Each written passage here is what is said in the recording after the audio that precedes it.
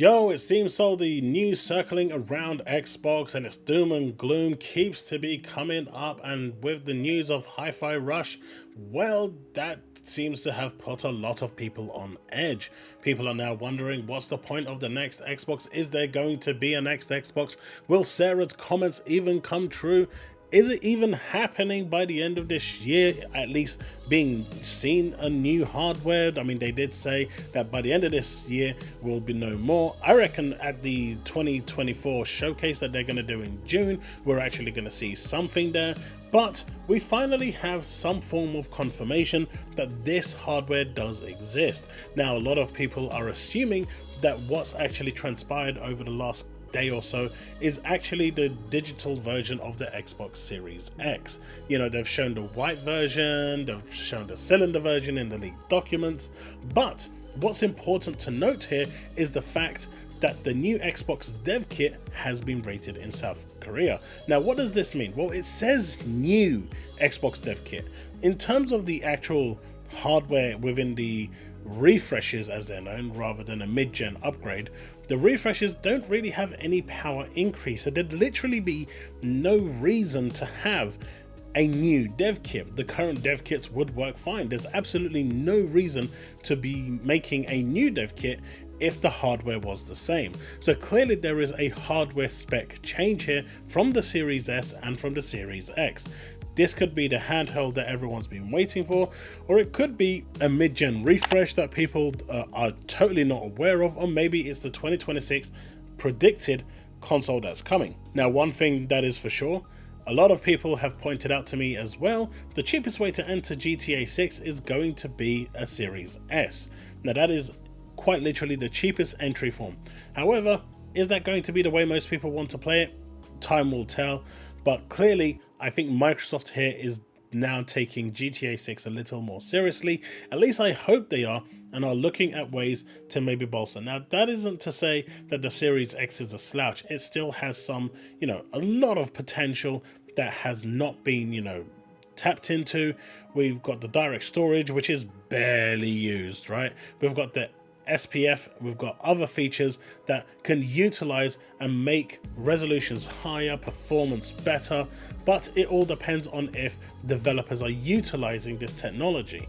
At the end of the day, it's okay for Microsoft to create this tech, but will it actually be utilized? We also have AI baked into the hardware when it comes to Xbox, something that the PS5 doesn't really have and is going to be prominent in their PS5 supposed Pro.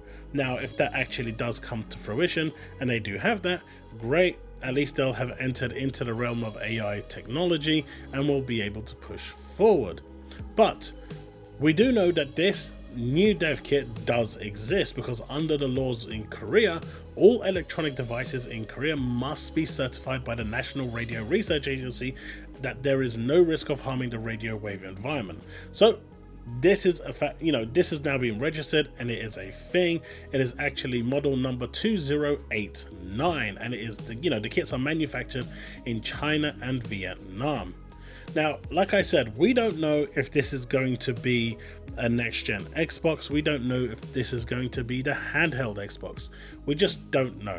But one thing is for sure, I just cannot see this being the cylindrical Series X, with the all-digital cylindrical one, or the all-white Series X digital. It just doesn't make sense because there's no power increase. There's quality of life increases, but none of these actually make any impact to the visual fidelity, performance, or anything around the game.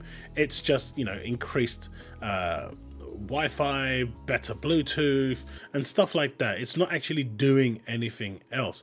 Now, if they've actually improved the cooling in these systems and they can cool the chipsets better, you might be able to, like the OLED Steam Deck, get like a 5%, 6% extra power boost out of it, but that's a big if. And even then, I just don't see the need for a new development kit. So I genuinely believe that this is either for the handheld that's now gone to Korea, or the next gen Xbox. And these usually take about 4 years to actually manufacture, in terms of the actual kit, and then developers usually get them not to, about a year or two out to start making games on. Of course, with the Series X, that kind of was missed. A lot of developers received it 1 month before the Series X actually came out. Another massive blunder by Xbox. So hopefully they've actually learnt from that mistake and can actually go forward and do things correctly this time. But, you know, time will tell whether this is actually going to be it. For what it's worth, the article says the Xbox Series XS dev kits were rated in South Korea in June 2020 ahead of the console's November 2020 launch. So we're talking a few months before the console's launch. So that's when they actually got it. So I said like there are some studios that received it a month before, but it was like in Korea it was rated in June and then released in 2020. How do you expect developers to sit down and utilize this tech, learn the tech with like 3 months of access to it, when you've changed the whole landscape? Sure, they actually made it so it's more conforming to PC with the DirectX U, but still, it's a change from what the original Xbox One was.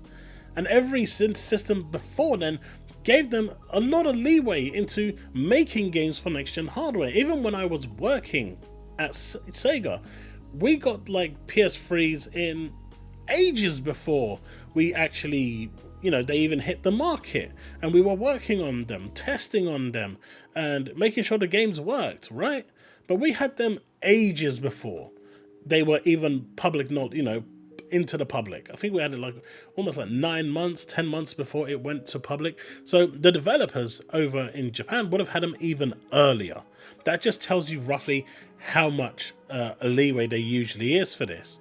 And Xbox with the Series S and X really screwed up by giving developers like 2-3 months max of, you know, leeway into making it. That's why a lot of the games that were coming out were built based on old technology or assumed hardware. So hopefully this is going to be a, you know, kind of a milestone block where these kits go out and the next generation Xbox coming in 2026 will deliver, you know, in bucket loads in both performance and in, you know, terms of just graphical fidelity. But the key takeaway here is that I don't think that this is the mid-gen refresh. Clearly, if there was anything going out for a mid-gen upgrade, that would have actually been in, you know, developers' hands by now. And speaking to a few people that I know, that's not happened either. They don't have anything. Admittedly, I don't know a lot of people, but the few that I do know have confirmed that they don't have anything. So yeah. Now, why is all this important? It's important because of Grand Theft Auto 6. Now, a lot of you are saying, especially in my previous video, that GTA isn't that important in the grand scheme of things. You are wrong. Because for 32 months, the Xbox 360 was top of the list. It was the, you know, it topped the charts of most selling console for 32 months. And it wasn't until the PlayStation 3 in September actually got a GTA bundle which pushed it ahead of the Xbox 360, right? That's how powerful this is. They were down for the count for 32 months, and it took GTA 5's bundle to propel them ahead, and they never looked back. Now, you can sugarcoat this how you want with Xbox being, you know, they were already downsizing and stopping production and whatever you want to say, but the reality is the enigma here, the catalyst, was the Grand Theft Auto bundle, which pretty much propelled PlayStation above because Xbox didn't have those marketing rights. So GTA 6 is going to be important. Now, whether this new dev kit that's been registered in Korea is a mid-gen upgrade or not is unknown. But one thing we do know with this is that Xbox in the hardware department is moving forward, and it is not stopping, and it is going to keep on going because it has to.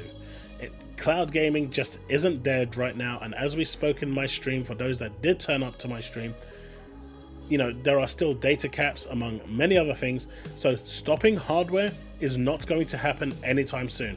Not this generation, not next generation, maybe even the generation after that. Eventually they will, you know, dwindle.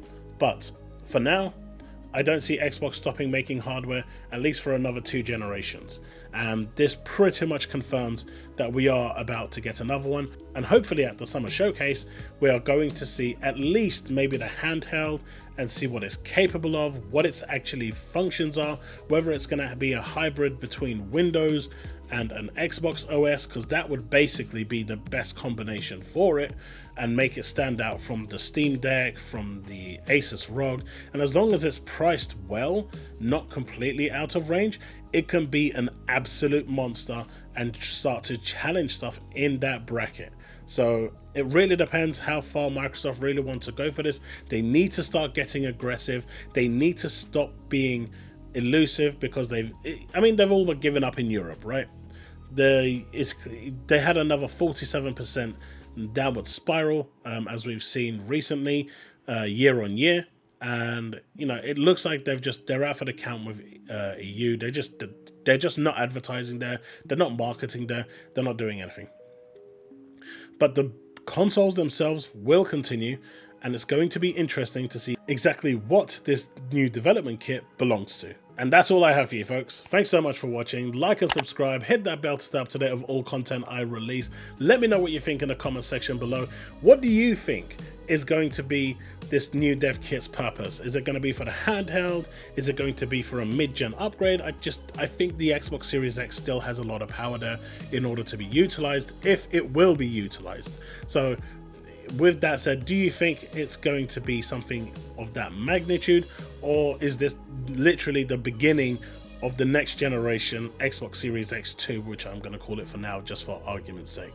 Let me know what you think in the comment section below. Let's have that discussion. Thank you so much for your continued support, and I will see you tonight in my stream. Peace out and remain legend.